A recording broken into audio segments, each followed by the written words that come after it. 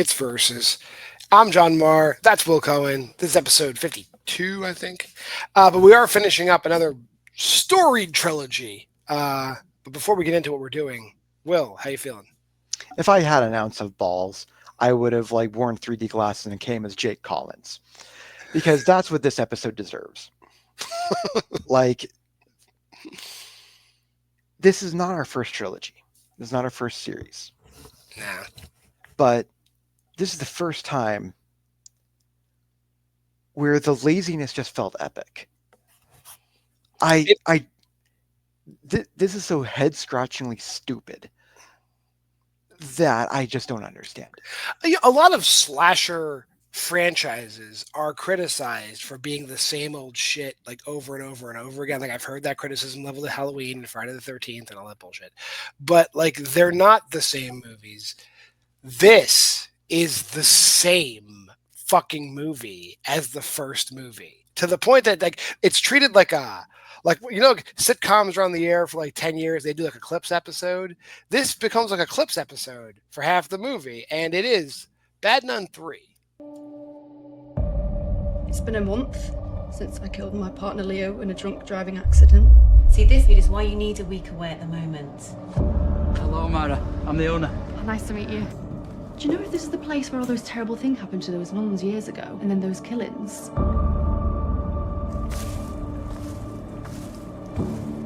Who's there, please?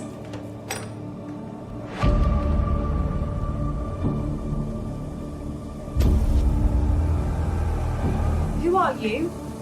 It's Sister Cindy Lamb.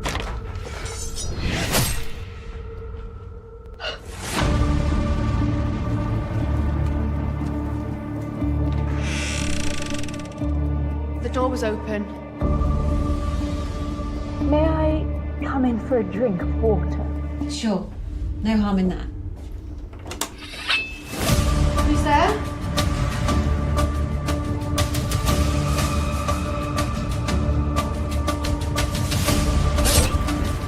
May I come in? Are you the nun that I met earlier in the church?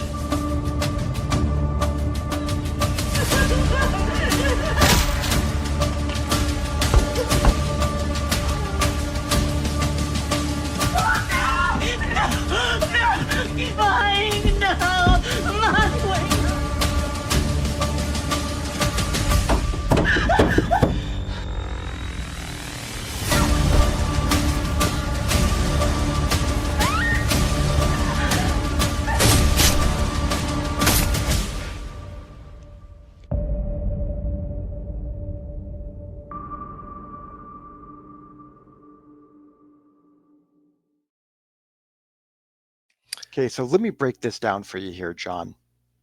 This is how lazy this film is. One, they couldn't even come up with a good subtitle for this film. Latest the second film, Bad Nun 2, Deadly Vows. This didn't even have a clever one. So that's one check for laziness. The kills are just absolutely unremarkable. It's the same kill over and over again. At least the other kills were imaginative. So that's two right there. They, like you said, they literally do a greatest hits in the middle of this. That trailer had clips from the second movie in it. Absolutely. No, that's another mark right there. All in all, you just get an absolute formula for this right here. If you couldn't tell from the trailer, every person, almost every person that gets killed in this movie is just, they open a door and the nun stabs them.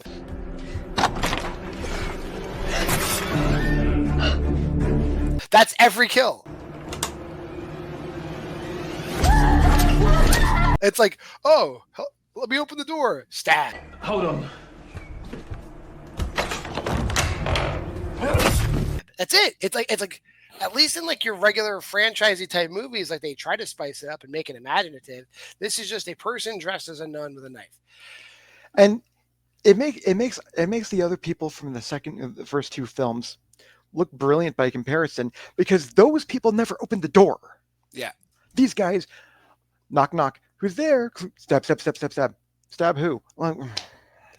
Also, if you recall, in the first movie, a girl goes to a house and there's a man that owns the house, and it turns out the man that owns the house is the nun.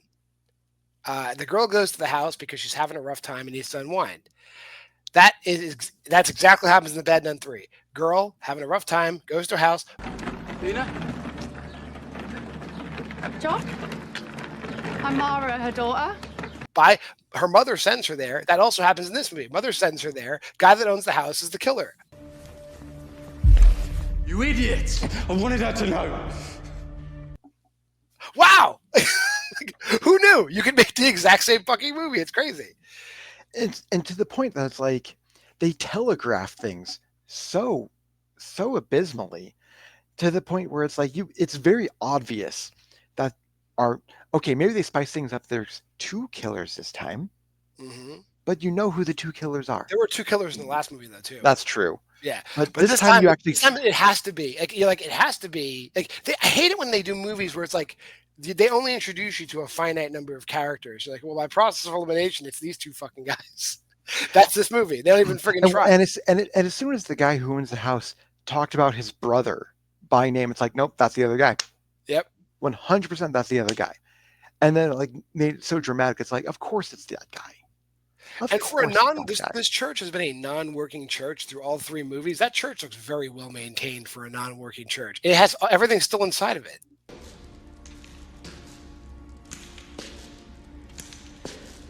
Hello, is anyone here? Regardless. All right, so let's talk about the movie a little bit. We have Mara, who's the main character, and she is part of like I don't know how I would describe it. It's like Alcoholics Anonymous Plus, because everyone that's in this online Alcoholics Anonymous group has like alcohol or narcotic. Yeah, has fucked up to the point that they've killed somebody by accident or they've caused damage. They call it a grief group, I think. Yeah, but everybody in the group is also like a drug addict or an alcoholic. So there's that. So it's a very special grief group. And we start off, there's another girl that's in the group. I don't know what her name is. And the girl in the beginning of the movie, whatever her name is, she's like a single mom and like she has a baby and she's the first target of the nuns. But for some reason, again, and this is an epidemic throughout not only this movie, but most ITN movies, like somehow, without opening her front door, the nuns have gotten into her apartment and taken her baby outside.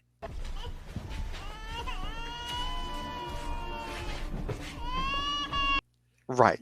Like, and then the door is locked between them, and she opens the door and gets killed, but the nun has the baby outside.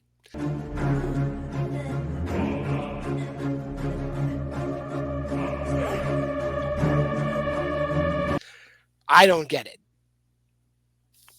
Then we get into it, and like she's dead, and the group has our main character Mara, her friend Lucy, and Carl.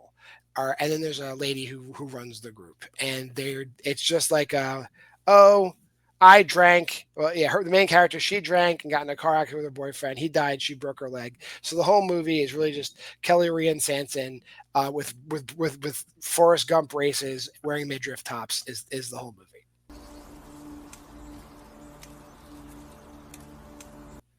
Yeah, and like Lucy is like the great red herring of the film too, because like she is so pushy, you would think that she was the killer the entire time, and honestly, that would have made for a better movie.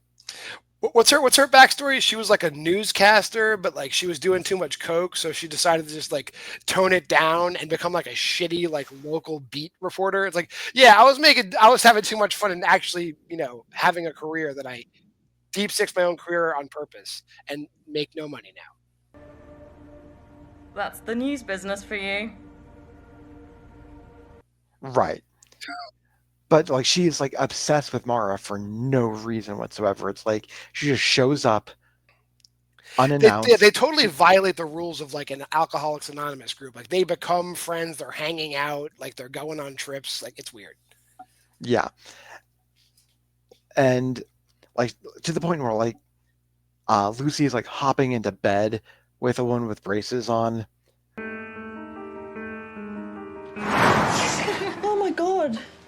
Like almost like like hurting the leg further. Yeah. And it's like, okay, like this is like, is this gonna be like a single white female thing? No. Okay. So whatever.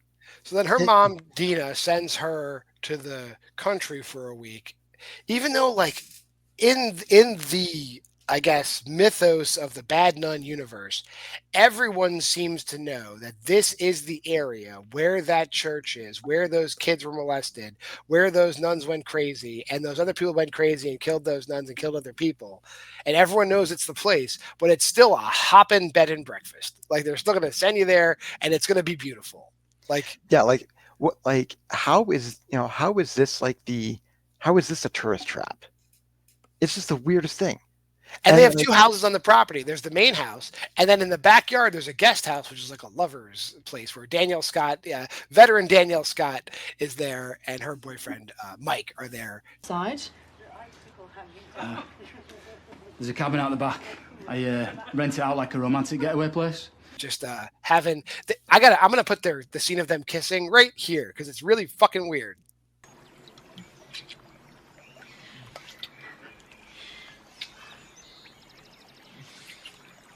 yeah, All right, but never mind. But I digress. Yeah. So Mara goes. To this molestation house. apparently gets people hot. I don't know. Yeah, It's Mara weird. goes to this house. These people are in the backyard doing their own thing, and the nun just fucking shows up, like willy nilly. Like nun goes to Mara's house, knowing that they would know that Mara is at the other house, and she's the target. But they go to her house anyway and kill her mom. Weird. Like no, like she has nothing to do with anything. Yeah, like again, at least there was a structure to the first two films. At least there was some kind of sense to those, to the first two films. This one, it's like, okay, well, it's our last hurrah. We have to have a high body count, but there was no reason to have a high body count, and honestly, the body count really isn't that much higher. It's like, I mean, if you count the killers, it's like 5 or 6 people. And then the funny thing is, like, there's a scene like where, okay, obviously the nun goes around and kills all the people that don't need to be killed, kills the couple in the house. But then every time they cut back to the guy Mike, they stay on him so long, and he's breathing.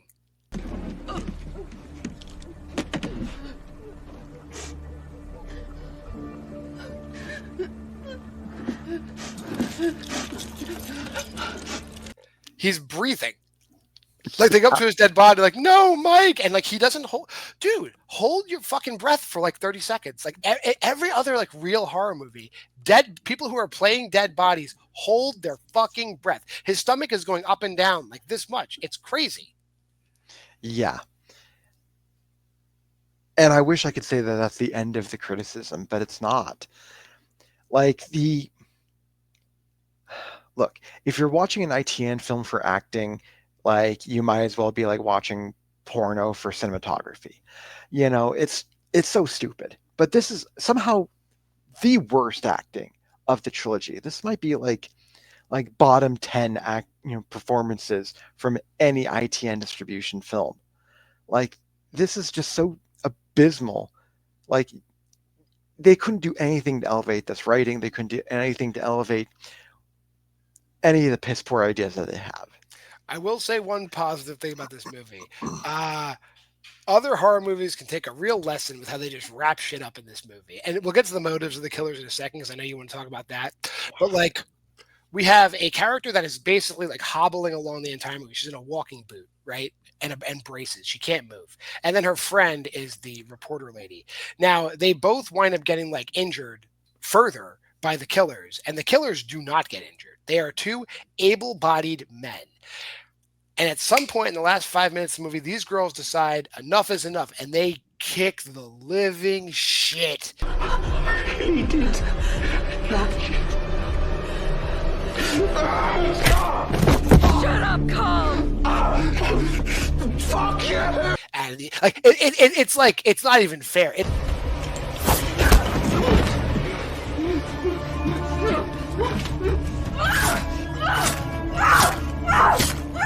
It's like that Jason Statham movie Homefront. It's like there is no resistance.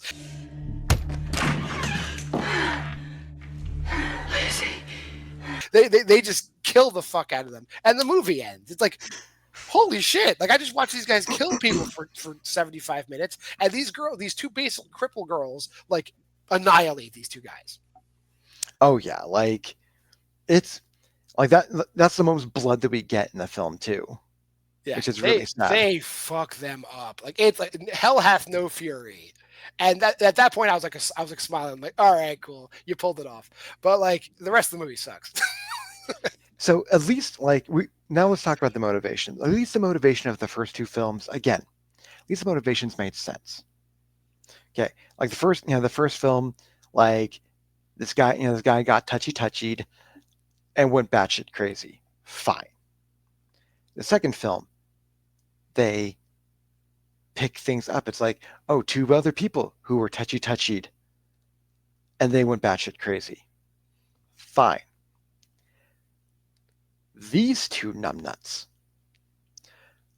are snuff film for hire people where they are essentially killing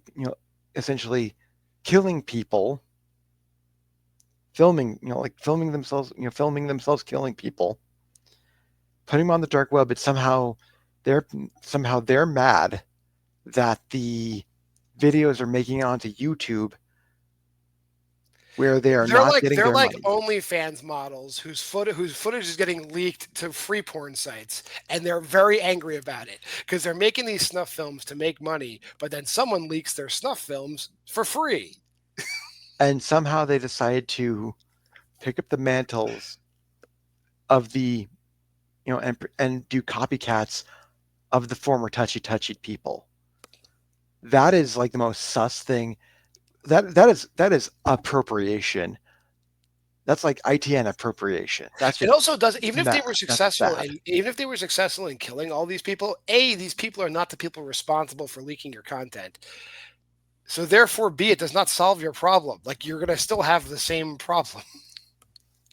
I don't. None of these people. It's not even. It's not even that they're following the model. But yeah, none of these people have anything to do with that. They cannot prove that these are the people that posted the videos. Yeah, it doesn't make any sense. They're just killing people at random. They're killing people at random to solve a problem that's unsolvable. Yeah. There we go. But we have ratings.